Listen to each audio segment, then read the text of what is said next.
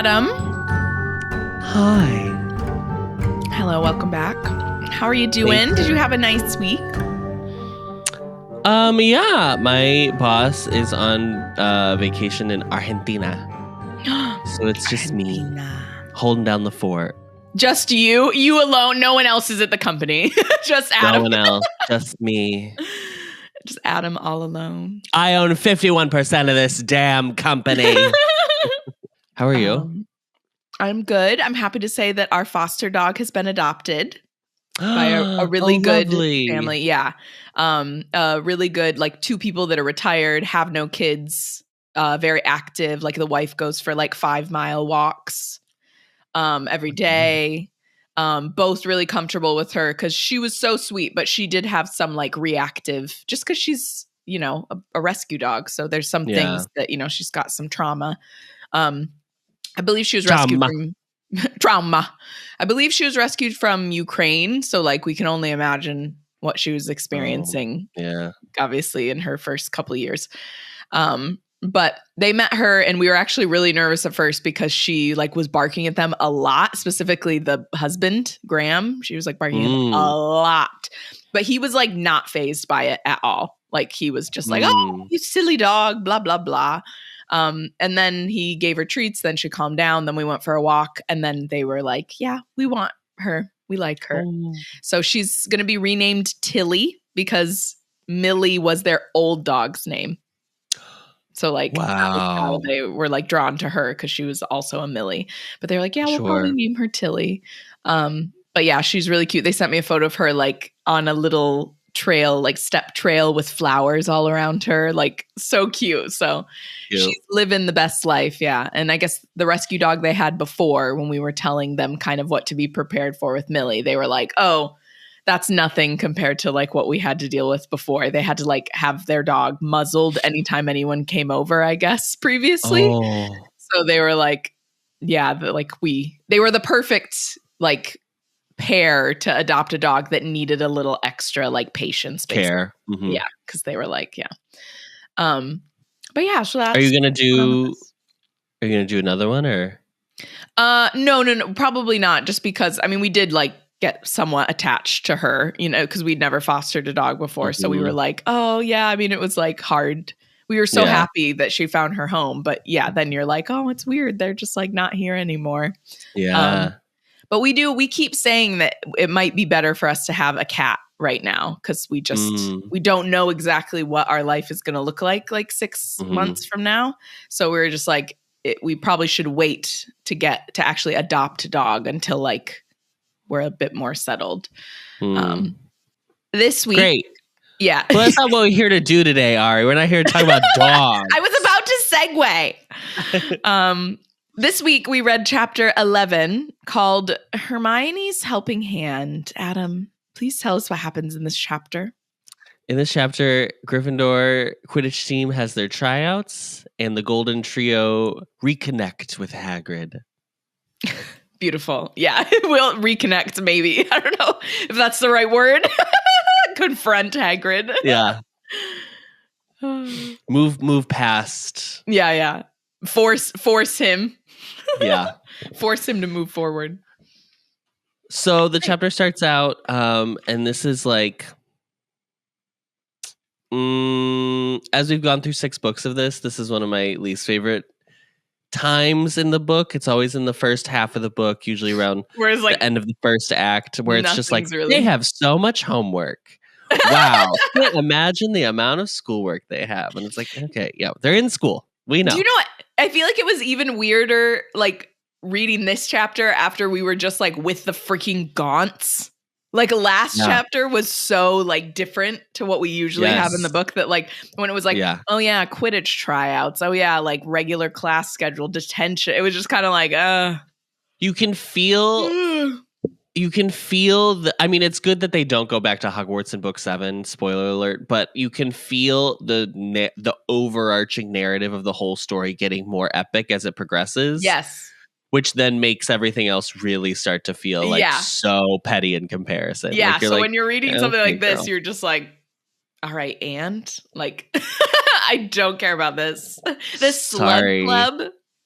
Who cares? Your potions book arrived and you swapped the covers. Okay. And Hermione cool. was mad about it. I'm like, Hermione, people are dying. Okay. People are dying. Ask Hannah Abbott. People are dying. Literally. Oh, that was so sad. It's very sad. So sad. I'll talk about it. Don't worry. Yeah.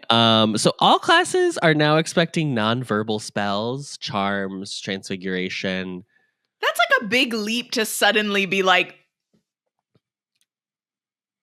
no. Just like all of a sudden, there's no I feel like we warm up into it. Yeah, I feel like the end of book 5, maybe 5th year should have been like, and we're going to introduce the idea. Yeah. Because be prepared in 6th year, you're going to have to like master it. I feel like there has to be like a transition period. It's just like, nope, no speaking spells. Well, not in Joe Rowling's books. There's no transition period. I'll tell you that. You're right. That's why. What am I expecting? Harry's best class is potions because of the Half-Blood Prince. Much to Hermione's chagrin. I was hoping you were going to say chagrin. I love that word. I love the word chagrin. But even all their classes are much harder this year. Hermione even is having trouble in Transfiguration, which she's normally very good at, and she has to ask like Professor McGonagall multiple times for like the instructions to be like, "Sorry, how do we do it?" I know. Which is I was like, rare. Imagining her being like, say that again. Like, cause she just like is so used to knowing everything. So she's like panicking a little bit. Oh, it's funny. Like me when I got to college and I was like, I don't know how to study. I don't know what do I do? I have no study skills from high school. Was that like freshman year? You were like, oh, just because, was there a specific class you remember that you were like, oh shit, with like where it happened? It was more my core classes because I didn't care about them as much as like my theater classes, obviously, because there was still like historical theater stuff that we had to learn, but I was already really into it, so I was like, it wasn't a problem, and I retained it really well.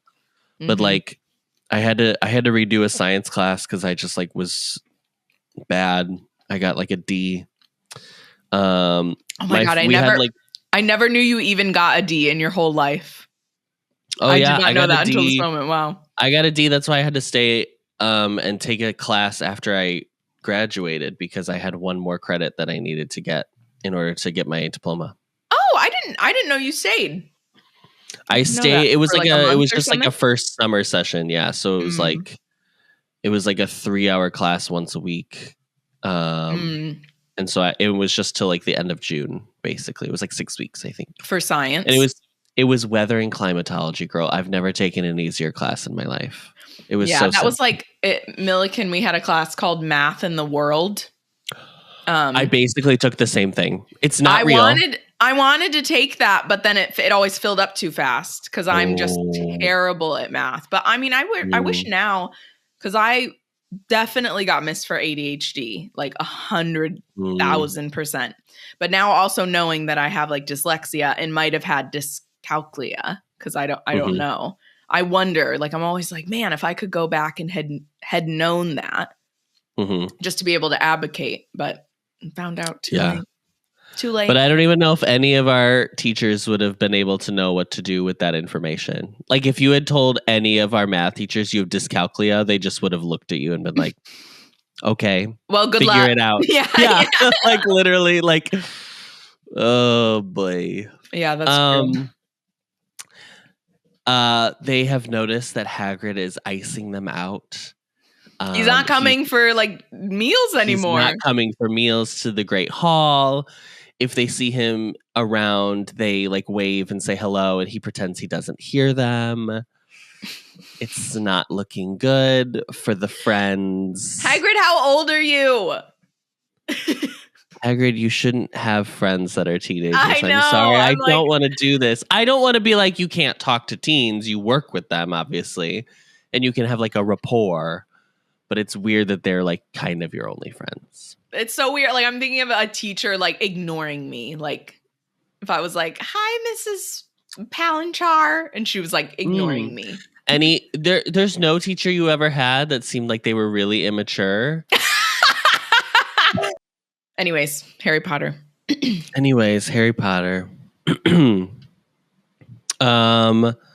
Hermione is like, we need to talk to Hagrid. We should go visit him. It's Saturday. I think it's it's Saturday. And Ron argues that they can't go visit him because they have Quidditch tryouts that morning. And Harry's like, well, we can always go after. So they decide that that's the plan. Yeah, Ron, you can do something else in the day. Ron's like, Quidditch. My whole day. Harry's also like, there's so many people who are on the tryout list. It's crazy. And Hermione's like, well, I wonder why. Yeah, girl, it's because of you. And he's like, little old me? I know. It was like, yeah. Huh? Oh, don't make me sing. Don't make me sing. I was like, Harry, are you for real? Now you're going to be like, what do you mean? He pisses me off when he does this shit. She tells him that she's also, this is the most fanciable he's ever been. Oh yeah. Ron. This is where I am going to say fancy. It doesn't, I don't agree with the British. It doesn't work. You fancy somebody. Let's leave it in the past, Britain. You know what I mean? We're moving on. Fancy sim. And then Ron gets a little weird about it. And she's like, well, because like, obviously you're the chosen one. They know you're all telling the truth about Voldemort. You fought him twice in the past 2 years and won both times, or escaped both times. Not won necessarily, but escaped both times. And then Umbridge did her business. You still have the scars on your hand. And Ron's like, well, actually, I still have the scars from when the brains were all over my body. Yeah. Don't remind us. Please don't remind us. We still don't know what that was about. We never hear like what that was about. And then she's like, and also you grew like a foot over the summer. Like you're so tall now. Something that obviously didn't happen in the films, we know, because Daniel Radcliffe is like 5'4". And Ron's like, I'm also tall. I'm tall. I am tall.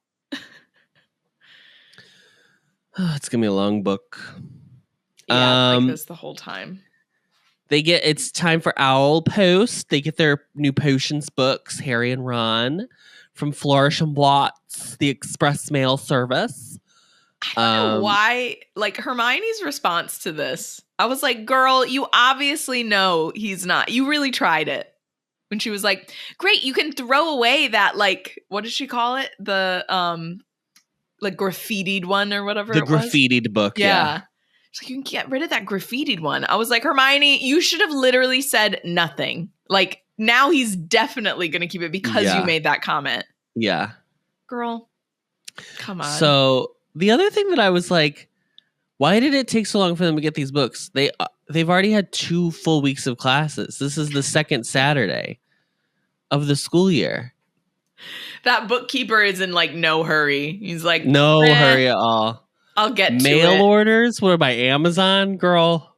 Be serious. Sign up for a Prime membership, okay? Yeah, maybe next time you'll think about that. Are we supposed to believe it's because of like the state of the world that like mail and post is getting checked? And that's why it took that long? That's the only thing I can think of. I don't think we're supposed to think anything about it. I think we're just supposed to think we're not supposed to question her about anything. Correct. Fortunately, don't do that well on this podcast. No, not here. Not the space for that. And so Harry is like, no, I'm fully keeping the one that's helping me ace this class. And then he like tears off the cover of the new one and swaps them. Which is pretty smart. I'll be honest. Yeah. I wouldn't have thought of doing that. I probably would have just turned the new one in and been like, I'm donating this new book because this one is so bad, but I'm just going to be the last one. Yeah. I mean, he does make a comment about how much he spent on that book and like 9 galleons. Harry, why didn't you just like buy the book for Ron? I don't understand. Like, he just annoys me. Oh, it was 9 galleons. The way he talks about money in that way, he's just like, oh, whatever. It was just 9 galleons. I was like, that's like Ron's entire allowance. And you just spoke about it in that way. It's his entire allowance for a whole year. And you're like, whatever.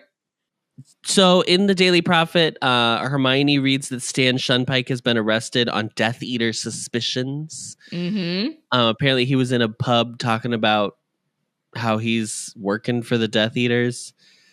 Yeah, he ran into some Vila again. Well, so that's the thing that's kind of weird, because we do end up seeing him with the Death Eaters at some point. But it's never really confirmed if he was like Imperiist or not. Yeah. I mean, I think that he could have gotten involved just like kind of like a QAnon believer. He's prime QAnon. Let's say. Something like that. So I could see that, but yeah, it's not until the next book where he's like actually with them. But the way it seems like he's Imperiist, but we never get confirmation. Very interesting. They find out that some of the students at school, that their parents are threatening to pull them out of school or have already pulled them out of school. Yeah. Apparently the Patil twins, their parents are like talking about pulling them out. And then Eloise Midgen got collected from her parents last night, Friday night. You know it's bad if the Slytherin parents are coming to take their kids out. Right. She's like, well, maybe she's like one of the few good Slytherins the good ones. that never writes about. Yeah. And so they're like, she's going to be first to go. Yeah. As soon as the house turns, they're going to get her. So they're saying, I don't know why people are, it's safer here than anywhere than that it would be at home, blah, blah, blah, blah, blah, because we have all these security checks in place and we have Dumbledore. And Hermione's like, do we, girl? Because where the fuck has he been? Have you seen him? Have you seen him this past week? It's like it's like RuPaul, how RuPaul only shows up for like the certain parts of the episode. Like, yes. And the other thing we find out is Hannah Abbott in her biology class got pulled out because she was informed that her mother had been killed. Yeah. And they haven't seen her since. I mean, she's got to go, right? Like I wouldn't want to be stuck at school if my mom Could you imagine being like, okay, and then anyway, the Great Troll War of 1534. Like, I understand that people lose parents and then they still have to go to school in regular life. Yeah, like, I was just thinking of Aaron Case. Yeah. Yes, that's what I was thinking of too. Yeah. But I can't even you just would be outside of your own body. And it's very different. Like I mean, they both end in the loss of your parent. I'm not trying to negate that, but there's a big difference in like your parent passed away from a disease versus your parent was murdered. Right. Like, ooh. Yeah. Ugh. Yeah, Bruce Wayne just had to go back to school after he saw the pearls. Yeah. Collapse on the ground. What? Do we ever find out who murdered Hannah Abbott's mother? I don't think we even... I don't know anything about it. Let me see, actually. Let me see. Her mom's name was Jana Abbott. Sorry, really? No, I just made that up. So stupid. This is so dumb. I looked it up and I just was like, Mrs. Abbott was the mother of Hufflepuff student Hannah Abbott. In 1996, during the Second Wizarding War, Mrs. Abbott was found dead in her home. She was murdered by Death Eaters, followers of Lord Voldemort. So when I look it up, the first thing that pops up just says Death Eaters. I'm like, yeah, I know. I know Death Eaters. I was just wondering who. Like, Death Eaters. Yeah, thanks. So after that rousing, spirited conversation of who's dead, they go off to the Quidditch tryouts. On their way there, he notices who's friends with Lavender? Parvati. Parvati. Sorry. Parvati from Survivor. Parvati. Poverty. Parvati. Is it Parvati that's friends with Lavender, or is it Padma? Okay. No, Padma's in the other house. Padma's in Ravenclaw. Parvati and Lavender are chatting, and then Parvati notices Ron walking by and is like, and so Lavender like looks over and is like, hi. And so I'm getting a peek behind the curtain as to how a 15-year-old Adam would flirt. yeah. Or I do the bottom lip bite, but like I'm the ugliest person alive, so I'd be like, I just think the bottom lip bite. I don't know if that looks good on anyone. Yeah. Boo. The Rizness. The Riz. So she smiles at Ron. Ron sees it and is like, starts strutting around. And Harry's like, if he had laughed at me for Draco Malfoy beating me up, I would have laughed at him in this moment. Not the same, Harry. Not the same. Not the same at all. Not the same at all. Not the same at all. No. And Hermione is annoyed. And she goes off haughtily and sits down in the seats to watch the tryouts. Welcome to the rest of the book. Like, actually. It's so... I just wish it was like done with a more subtle hand, honestly. I feel like everyone already knew that at some point Ron and Hermione were getting together, but this book, she's just like beating you over the head with it. And I'm like, no, we know. Yeah, I just think it comes on so strong in this book that it's extra weird. Yes. That then they aren't together. Like, I was like, okay, well, now you've made it even weirder. Yeah.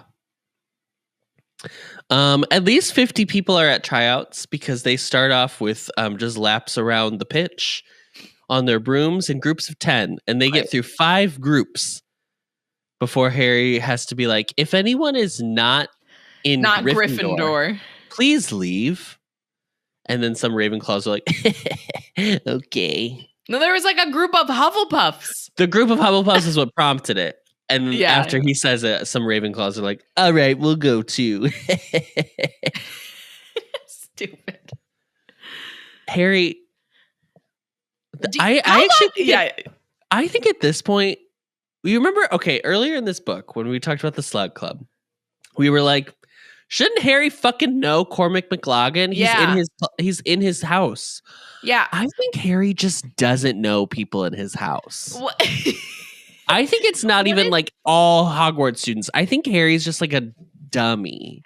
Did Cormac mention what year he is? No, I don't think it would have said, I think, in Slug Club if it said what year, but I'm assuming he was probably like a 5th year. I don't think he's not the same year, obviously. Yeah, because, I don't know. That's why, I guess they'd be in the same room. But yeah, because he was like, you didn't try out last year, did you? And he was like, I was in the hospital wing, obviously. But yeah, it doesn't say anything about what year he is. I'm like, is he older than them then? He's got to be older, right? Like by 1 year? A 6th year, maybe? Same age as Katie? I don't know. So here are the chasers. I'm not going to go through the tryouts because it's boring. Okay. Anything with Quidditch, Adam is like, I don't have time. Here's the official roster for the Quidditch team this year. Yeah, there you go. Here's the cast list. Here's the cast list. Cast list got posted. Chasers are Katie Bell. She was returning to her role as chaser. Yeah, reprising her role. Demelza Robbins, which I love. Demelza. I love that name. And Ginny Weasley. Mm-hmm. Ginny was also a chaser last year. Okay. Beaters. No, wasn't she? She was a seeker. It was when Harry was. Oh, right. She was a seeker. Yeah. That's right. Well, she's returning to the team. But it's weird though, because in the beginning of this book, we're told that Ginny is like, all right at Quidditch. But then she's like, we're told incredible. She's good. Yeah, she's good. But she's like, what balances Ron from being bad. Yes. But the way that they talk about it, it's like, oh, she's like good. Like just but then she's like incredible at these tryouts. So I'm like, I don't think you should have said good. Like that was, again, just convenient. Is that just because Harry is Ginny the best Weasley Quidditch goes player on ever? to be a Quidditch team, doesn't she? Yeah, that's what I'm saying. She's like the only one other than Wood that actually goes like and becomes a professional Quidditch player. Stupid. Beaters are Jimmy Peaks and a person in this book named Richard Coote. Richie Coote. Richie Coote. Richie Coote. She really got in this book and said, I'm going to name a character Itchy Cooter. Are you joking? Madam, this is how I know. And there was not an editor in sight. They were just like, oh, she turned it in. Like, whatever you want to do. Approve. Go for it. Let me just run it through a word processor to see if there's any red squiggly lines, just to make sure there's no spelling errors.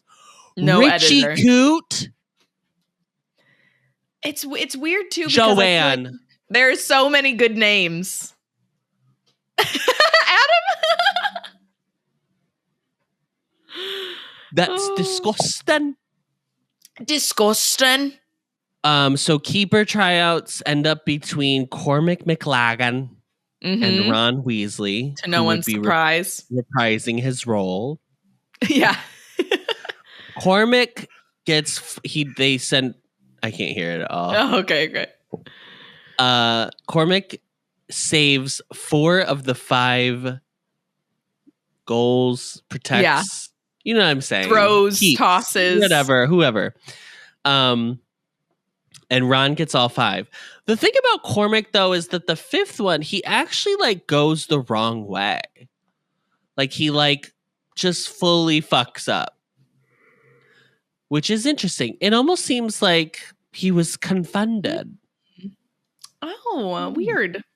How but weird. Ron does well in all 5. So Ron is officially the keeper for the team again. They celebrate, and then Ron makes a comment. Ron is like, the chosen one for once. Yes. Ron makes a comment being like, I can't believe Cormac fucked up so bad. I can't believe it looked like he got confounded. And Hermione was like, oh. Hermione's like, and she does like this, like, what? Crazy. The same face as Lavender trying to flirt, but like laughing. So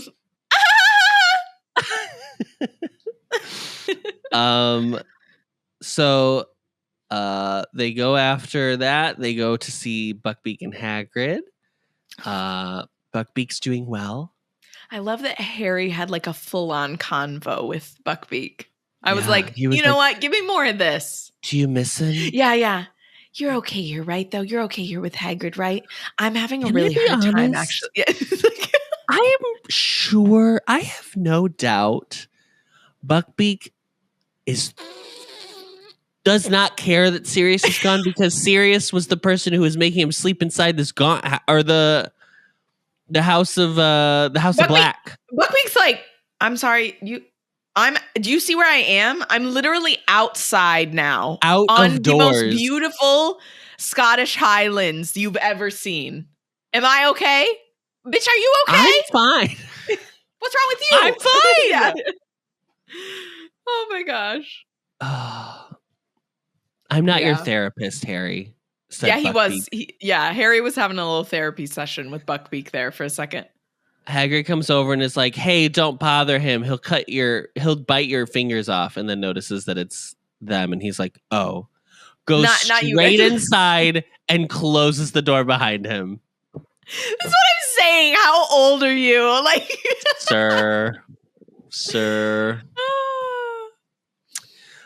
They finally get him to open up the door. Harry threatens to like blow it open. And so Hagrid's like, how dare you? I'm a professor here. Yeah, he's like, watch it, Potter. Yeah, watch it, Potter. And then Harry calls him Sir. He says, since when do you call me Sir? He says, since when do you call me Potter? Whoa. Okay. They go inside. Meh. They have tea. They have rock hard cakes again, as usual at Hagrid's. I was like, why is he always making the rock cakes? Why, like, is that the only Do we thing think that he just has really strong teeth? Yeah, is it like to him it's like tastes like a normal crunch type of thing, maybe? I have no idea. But a rock cake, what is a rock? I don't even know if it is an actual thing or if it's just a descriptor of how bad his... It is an actual thing, yeah. It's like traditional rock cakes. But I mean, I'm sure, like you said, with Hagrid's, they're like extra. Okay, yeah, so it's like raisins. Yeah, raisins and then just like crunchy. Like a fruit cake. Yeah, like a fruitcake cookie, which doesn't sound good, but not for me. It's not for me. Not for me either. In Hagrid's hut, yeah, he has a barrel of grubs, maggots. Why are they inside? Why are they inside? What is the reason for them to be inside? There like isn't one. Why are they inside? Why are they inside? Hey, Ari, why are they inside? Why are they inside?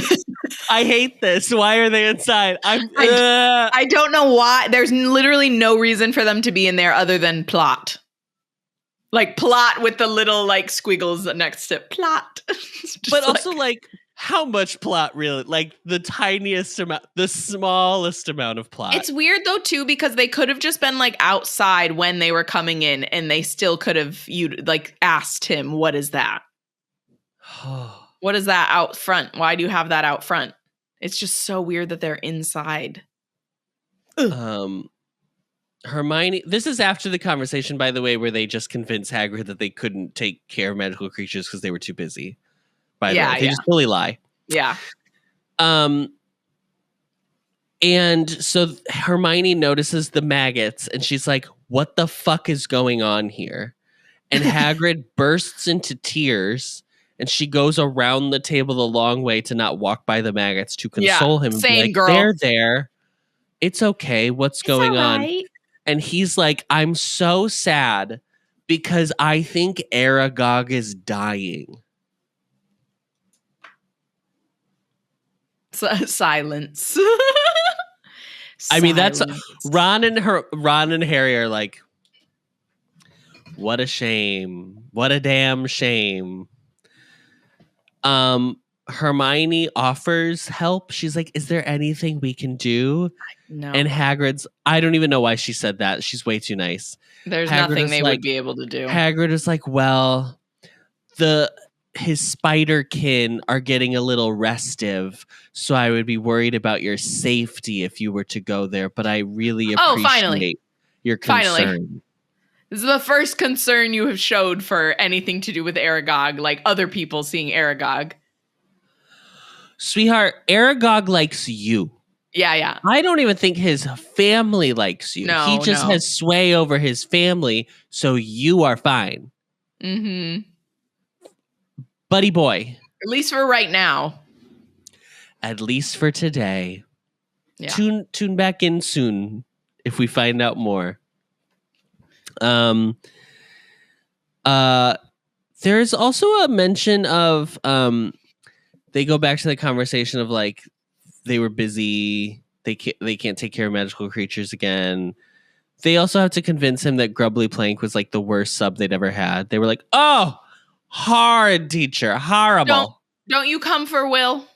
Don't you come for Will? Not Will and Pep. Yeah. Leave them alone. Leave them alone. Will alone. Protect queer art. Yeah, y'all are being homophobic, okay? But yeah, he's like, I guess, yeah, you couldn't have asked for time turners so you could take the class. And she's like, Hagrid, don't you remember? We smashed all the time turners in the Ministry of Magic, and it was all over the Daily Prophet. I didn't need this. I didn't need that.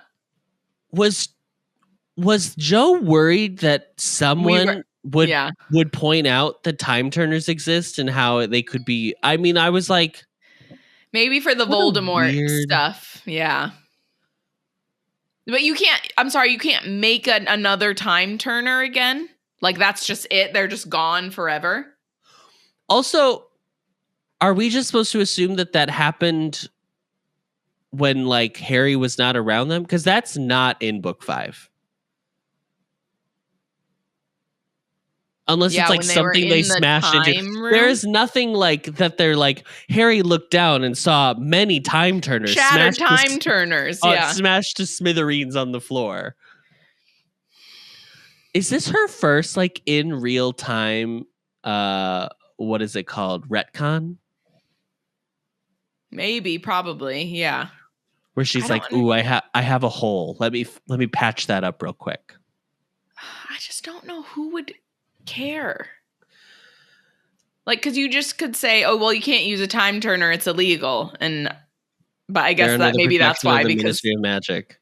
Yeah, maybe that's why I'm like, maybe because there's so much illegal stuff that happens that she's just like, no, I have to just completely destroy them. We have to get rid of time turners. I don't know.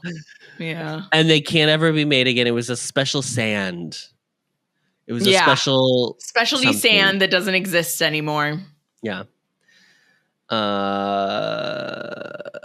Okay, they leave. They go back to Hogwarts at dusk to have dinner.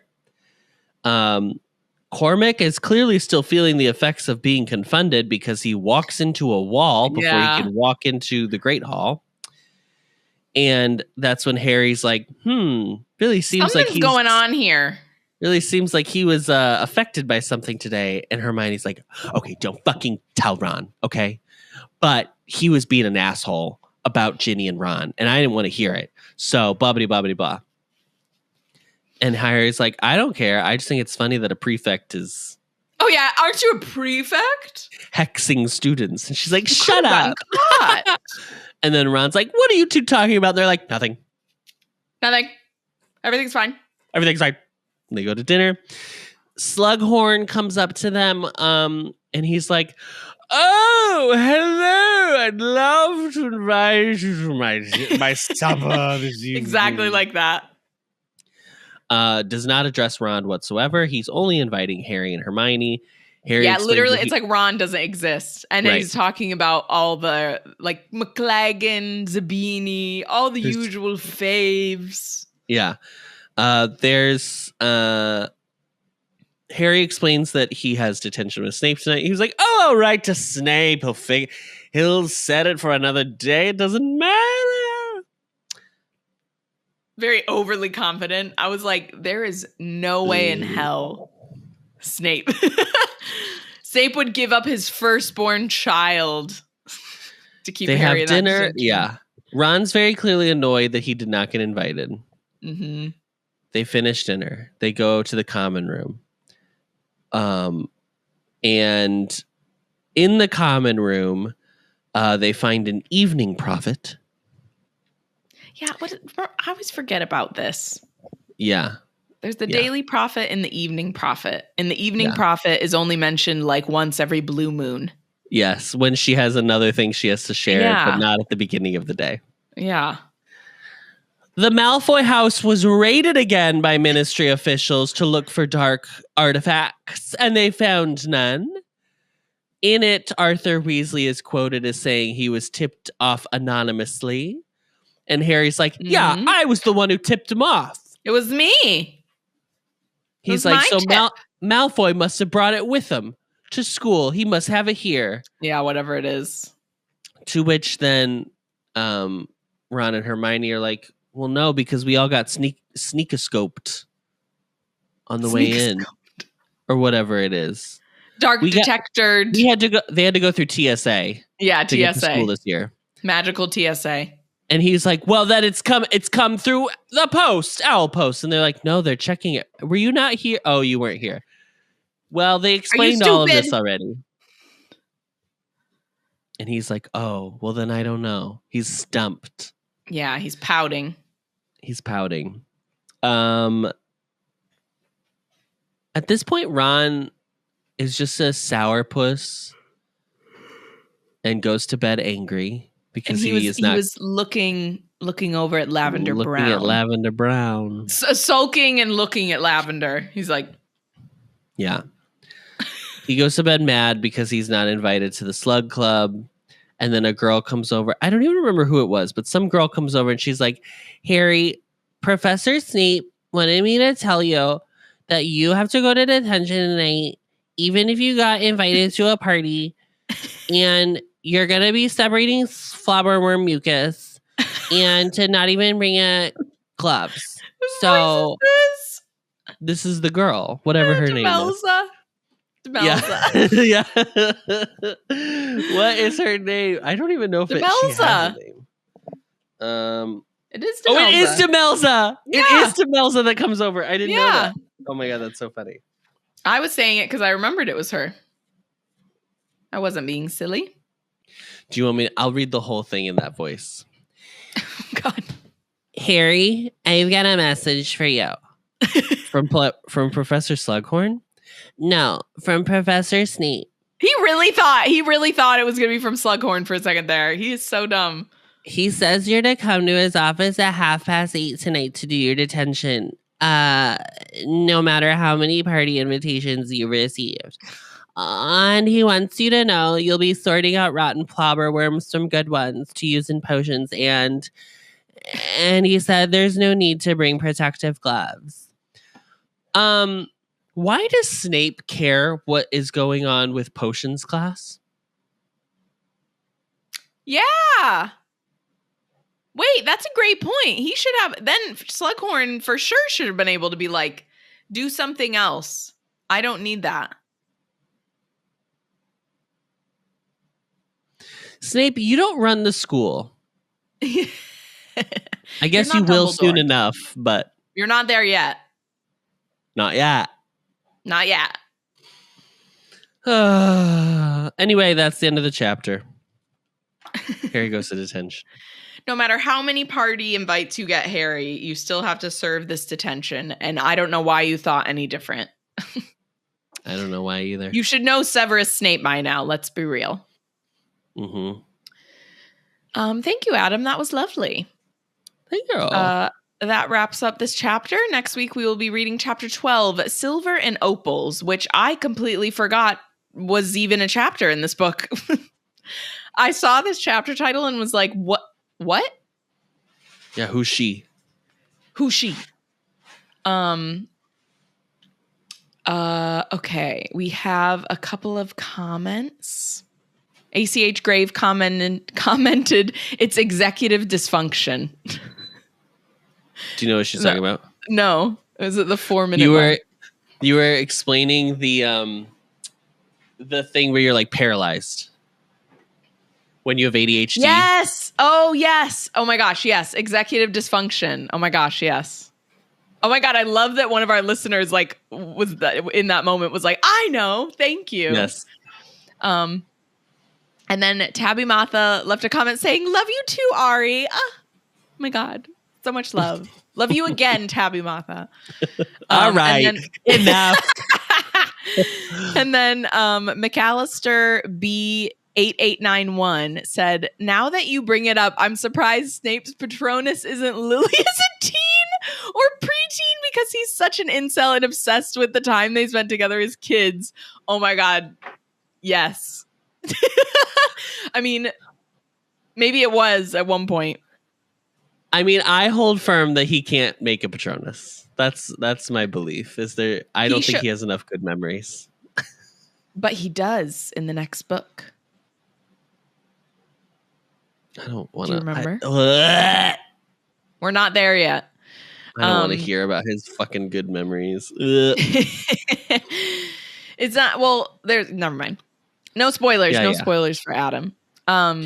The happy memory of finding Lily's dead body and cradling it on the floor of her home, of her married home with her husband just down while her baby's crying and just ignores the baby. And we're all supposed to see it as romantic. What?